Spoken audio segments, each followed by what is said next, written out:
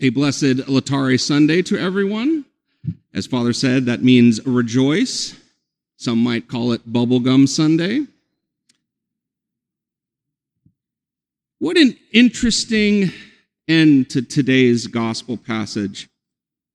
It doesn't end with the blind man's faith. It doesn't end with Jesus embracing this repentant man. It ends with Jesus rebuking the Pharisees for their arrogance. Jesus says to them, if you were born blind, you would have no sin. But now you are saying we see, so your sin remains. Thus, it is not that the Pharisees are ignorant that condemns them. It's not that they misunderstand Christ or the Torah. It's that they are arrogant in their ignorance. When I first, I always pray a lot as I'm preparing for these gospel passages to give a homily. And when I first realized that this was the final lesson, it was like the scales falling from my eyes, and I could see all the readings in a very different light. So much of it is about being humble, about the importance of humility. Going back to the first reading, what is it that makes David different than all his older brothers? Why is he the one who was anointed king? I think many of us, when we read this, we think maybe he wasn't as good looking or made a good appearance as his brothers, because that's the way the passage kind of starts, right? Samuel goes to the first son and he sees he's splendid and he says, this must be the one. And God tells him, don't judge by appearance. And we internalize that to mean, well, it must be that David's not so good looking.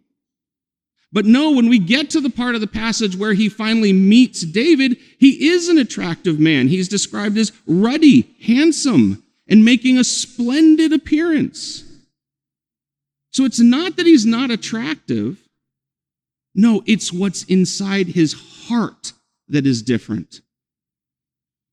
And what is it that sets David apart from so many other leaders?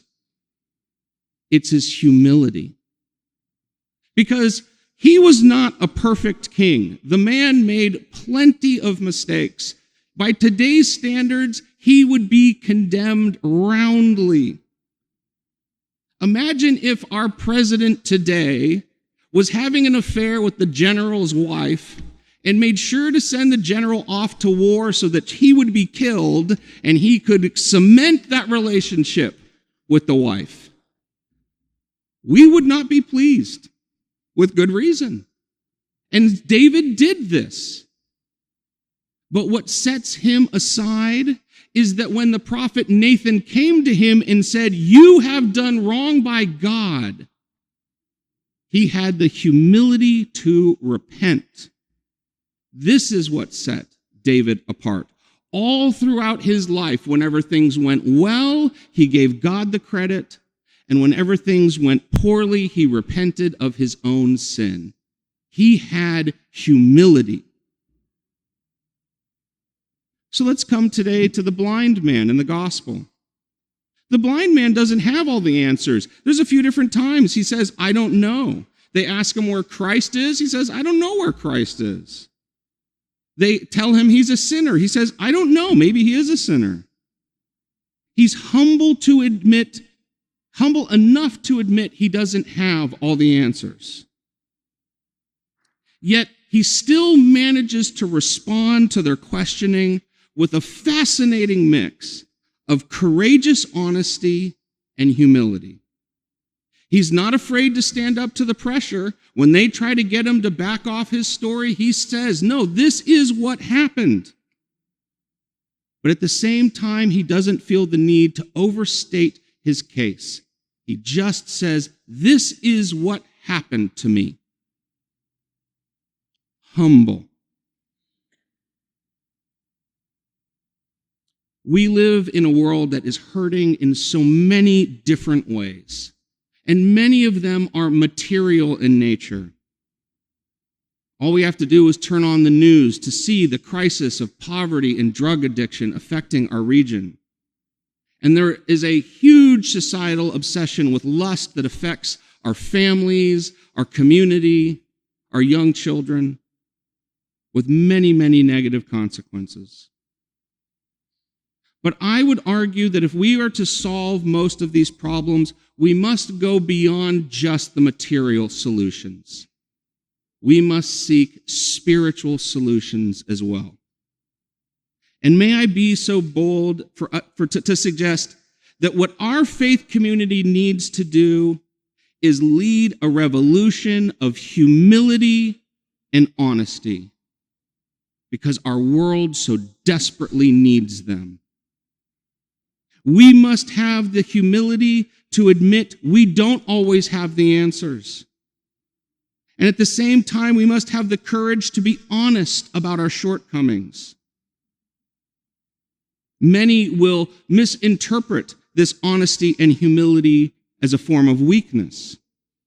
But we believe in a God who was so humble he submitted himself to death even though he had done nothing wrong. Let me give just one example of how we should change how we approach the world. Our faith calls us to be joyful, and it leads us to the temptation to project ourselves as if we have joy, even when we don't. Instead, we must have the courage to admit that even though we are called to joy, when we are struggling to find it, be honest that we are struggling to find it. To say instead that we are seeking that elusive joy of Christ and struggling to find it. Because the reality is, nobody is attracted to fake joy. They can see right through our Facebook posts and our things that we put out there that pretend we have these things.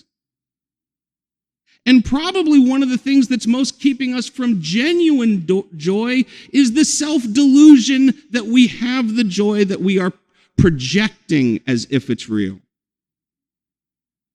It is time that we give up on these fake personas, and social media hugely encourages us to present them. Instead, we must say no to this sort of temptation and replace it with genuine faith, honest faith, humble faith. A faith that recognizes joy can be elusive, even though we seek it.